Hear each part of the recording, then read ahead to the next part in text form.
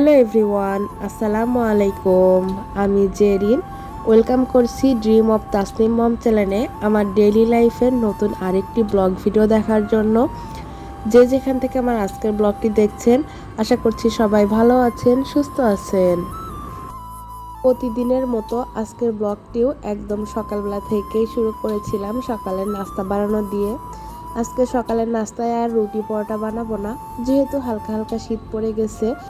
আর এই শীতের সময় কিন্তু ভাত ভাজিটা খেতে আমাদের খুবই ভালো লাগে। সেই জন্য গতকাল রাতে একটু বেশি করে ভাত রান্না করেছিলাম, আর সেটাই কিন্তু বেঁচে ছিল। তো ওইটাই আজকে সকালে ডিম দিয়ে ভাজি করে নিচ্ছি। প্রথমে পেঁয়াজ মরিচ আর রসুন তেলে দিয়ে ভাজি করে নিয়েছি, তার মধ্যে 2টা ডিম ভেঙে দিয়ে এখন ভালো করে ভেজে এর মধ্যে ভাতগুলো দিয়ে ভাজি করে নিব। আর এই ভাত ভাজিটা আপনাদের ভাইয়ার আর আমার খুবই পছন্দ। আমার মেয়ে এই জিনিসগুলো খুবই কম খায়, ভাত ভাজি যেমন রুটি পরোটা। ওর এমনিতে একটু ভাত তরকারিতে দিলেই পছন্দ, এই জিনিসগুলো খুবই কম পছন্দ করে। সেই জন্য ওর জন্য কিন্তু আলাদা করে আমি আবার রাইস কুকারে ভাত বসিয়েছি। আর রাতের তরকারি আছে, ওটা দিয়ে ওকে খাইয়ে দিব। আর আমাদের দুজনের জন্য এই ভাত ভাজিটা করে নিচ্ছি। ভাত ভাজিটা বেশিরভাগ সময় কিন্তু শীতের সময়ই বেশি ভালো লাগে, কারণ শীতের সময় অনেক রকমের সবজি পাওয়া যায়, পেঁয়াজের পাতা পাওয়া যায়, ফুলকপি টমেটো এগুলো দিয়ে কিন্তু ভাত ভাজিটা করলে সেই সাথে একটু ধনেপাতা দিলে তো আরও বেশি ভালো লাগে।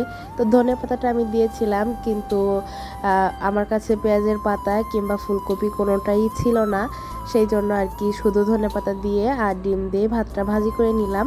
আর ভাত ভাজিটা খেতেও কিন্তু অনেক বেশি মজা হয়েছিল।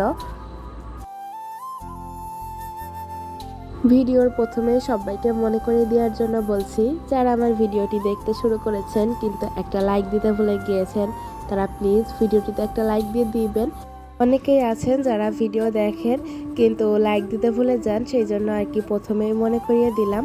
আপনাদের একটা লাইকই কিন্তু পারে আমার ভিডিওটি আরও কিছু সংখ্যক মানুষের কাছে পৌঁছে দিতে।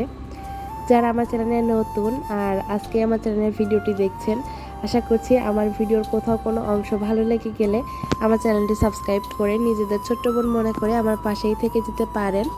আর যারা এই কাজগুলো করে প্রতিনিয়ত আমার সঙ্গেই আছেন, তাদেরকে জানাচ্ছি অসংখ্য অসংখ্য ধন্যবাদ। সকালে নাস্তা করার পরপরই কিন্তু আপনাদের ভাইয়া অফিসে চলে গেছে, আর আমিও লেগে পড়েছি আমার সংসারের কাজকর্মে। এই যে খাবার দাবারের পরে যে প্লেট বটিগুলো হয়েছিল, এগুলো এখন ভালো করে মেজে নিয়ে ধুয়ে র্যাকের উপরে রেখে দিচ্ছি। আমার এই কিচেনের র্যাকটা আমি ডাইনিংয়ে রেখেছি, কারণ আমার কিচেনটা এত পরিমাণে ছোট যে আমার কিচেনের র্যাকটা যদি রাখি তাহলে আর কি বসার কোনো জায়গা থাকে না। রান্নাঘরে তো আর কি বসে কাটাকাটি করতে হয়, সেই জায়গাটা আর থাকে না। সেই জন্য র্যাকটা আমি ডাইনিংয়ের এক কোণায় রেখেছি, রান্নাঘরের সামনে। আর আজকে কিন্তু একদমই গ্যাস ছিল না, সেই জন্য কিন্তু আজকে কারেন্টের চুলাতেই ভাতটা ভাজি করেছি। আর দুপুরের রান্নাটাও মনে হয় কারেন্টের চুলাতেই করতে হবে, কারণ যেহেতু সকালবেলাতে আজকে গ্যাস নেই, তার মানে আজকে গ্যাসটা সারা দিনই থাকবে না। যেদিন সকালে গ্যাসটা থাকে সেই দিন সকালে তো একবারে রান্না করেই ফেলি, আর যেই দিন সকালে থাকে না ওই দিনকে আর কি সকালের নাস্তা বানানোর পরই আর কি দুপুরের রান্নাটাও করে নিই একই সাথে। তো এই যে এদিকে আর কি যে রান্নার সময় ভাত টাত পড়েছিল, ওইগুলোই আর কি একটু মুছে পরিষ্কার করে নিলাম রান্নাঘরটা। যেহেতু দুপুরে আজকে তেমন কিছু রান্না নেই, অল্প কিছু রান্নাঘরটা তখন আর ময়লা হবে না, সেই জন্য এখনই আর কি পরিষ্কার করে নিলাম। আর তারপরে এদিকে আমার মেয়ে কিন্তু ঘুম থেকে উঠে গিয়েছে, আর আমার মেয়ে ওঠার পরপরই কিন্তু বিছানাটা আমি ঠিক করে নিয়েছি, সেই সাথে ঘরও পরিষ্কার করে নিয়েছি ঝাড়ু দিয়ে।